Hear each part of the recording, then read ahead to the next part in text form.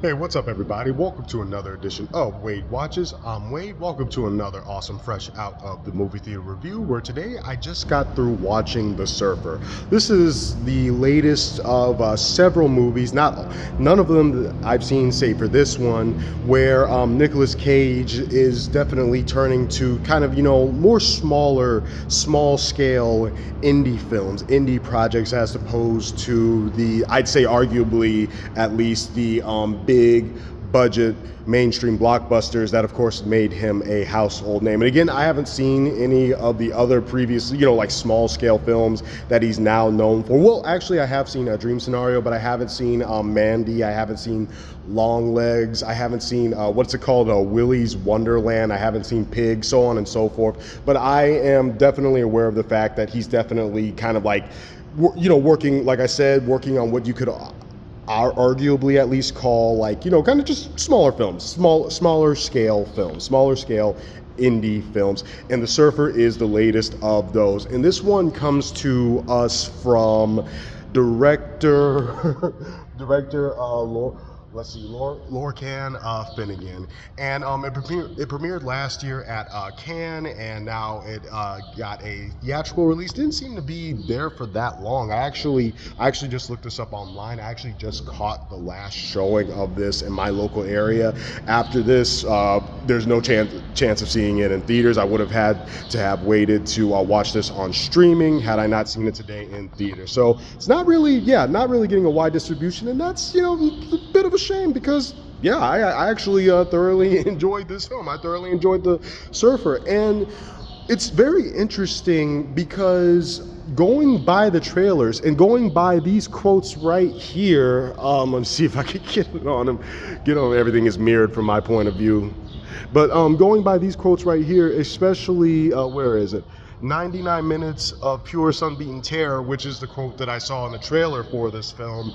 I was definitely expecting that, surreal mindfuck horror film where none other than Nicolas Cage himself would just start going crazy. That's what the trailer sold me on. That's what these quotes kind of hinted at, 99 minutes of sunbeaten terror. So The Surfer definitely marketed itself as just a straight up psychological horror film where Nicolas Cage slowly goes insane.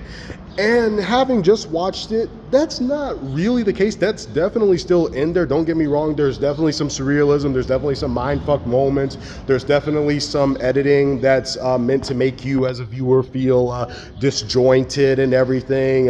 So definitely some trippy moments there, and definitely some of Nicolas Cage being Nick Cage, like only Nick Cage can, if you know what I mean. So that's all in there, but that's not really the central narrative. And I, for one, am great for that. I'm glad that this film just didn't take that route of being insane for insanity's sake, because they would have had the perfect excuse to do that because it's Nicolas Cage and his reputation precedes them.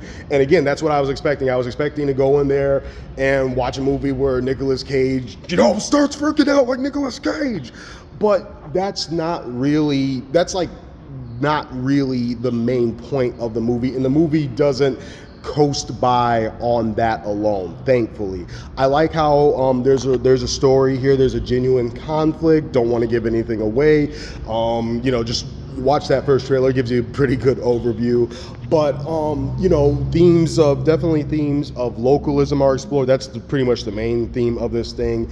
And also that theme that you see in a lot of stuff, and it's even kind of a prominent part of like philosophy and a lot of world religions and spiritualities, particularly something like Buddhism. That's the most notable example. That idea that in order to gain everything, in order to be significant, you must first suffer and lose everything. That's definitely heavily featured in there as well, and that's just the tip of the iceberg. I'm sure that if I rewatch The Surfer, I'll find many more metaphors and hidden meanings in this film. But those are definitely the two that I picked up on. Localism, that feeling of suffering that, like I said, is featured in world religion and spirituality. And unfortunately, in the film touches on this too, certain outspoken folks who kind of advocate for toxic masculinity on the internet, Andrew Tate, and that's in there as well. So yeah, with all of that being said, that's really what worked. That the fact that that's what The Surfer was clearly about, the fact that it explored those themes, the fact that there definitely is a conflict where at first I thought that the main conflict that the film sets up, I was about to take issue with that. I thought the film was initially abandoning its main conflict, like the thing that opens up the film, and it was going to be, now it's about this, now we're going here. But thankfully, everything comes back in a nice, neat bow. Everything is wrapped up, everything is resolved, and the story definitely feels coherent. And I totally got what they were doing, because it's mainly, I'd say, like the middle portion of the film to the climax where I was like, okay, so we're doing this now. He's just going around doing his thing now. We've totally forgotten about what got this party started. But no. The Surfer knew what it was doing. So I am very thankful for all of that. Complaints would have to be, like, speaking of that main conflict, I still wish that the film had maybe given the antagonist who start this conflict a bit more screen time, a bit more of a presence. Because don't get me wrong, they're definitely there. They definitely get under Nic Cage's skin. But I feel like the film was more focused on, if this makes sense, like more focused on like showing you what that does to Nic Cage, as opposed to really showing a lot of it. And I really do wish that they had showed more of the people who are kind of, giving Nicolas Cage a hard time, because it was really interesting and it was thoroughly well done. Julian McMahon in here, who's kind of like the ringleader in all of this, was really solid. And I wish we had gotten more of him, more of his backstory, and because it's explained to us, it's explained in a scene of exposition where a character's like, here's who Julian McMahon is, and this is why he's able to get away with all of this.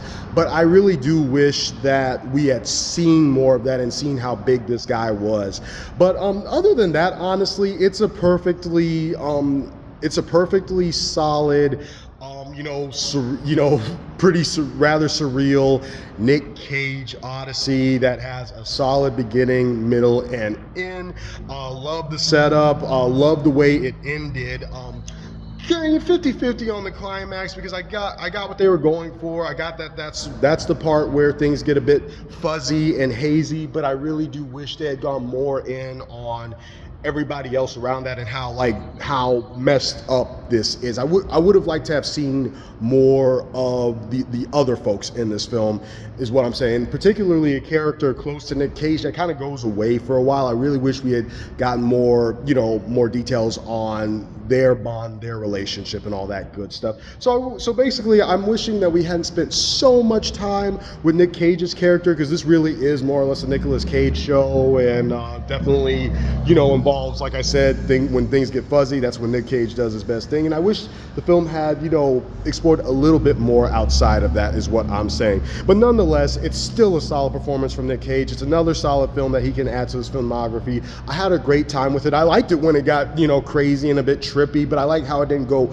too far with that, because I still thought it told a solid story that was kind of like, served that could be seen as kind of like a cautionary tale, like I said, about localism and toxic masculinity, and kind of like taking that idea of, I gotta suffer, I gotta lose everything, a little bit too far. So I appreciated all of that nonetheless. And wrapping it up, I'm gonna go ahead and give The Surfer a solid 8 out of 10. So I still really did have a good time with this movie. I still really did enjoy it, but I wish we had seen a little bit more of everybody else, because I feel like that would have given me a bigger sense of scale with like how deep this runs, like how far this goes. But you really don't see a lot of that.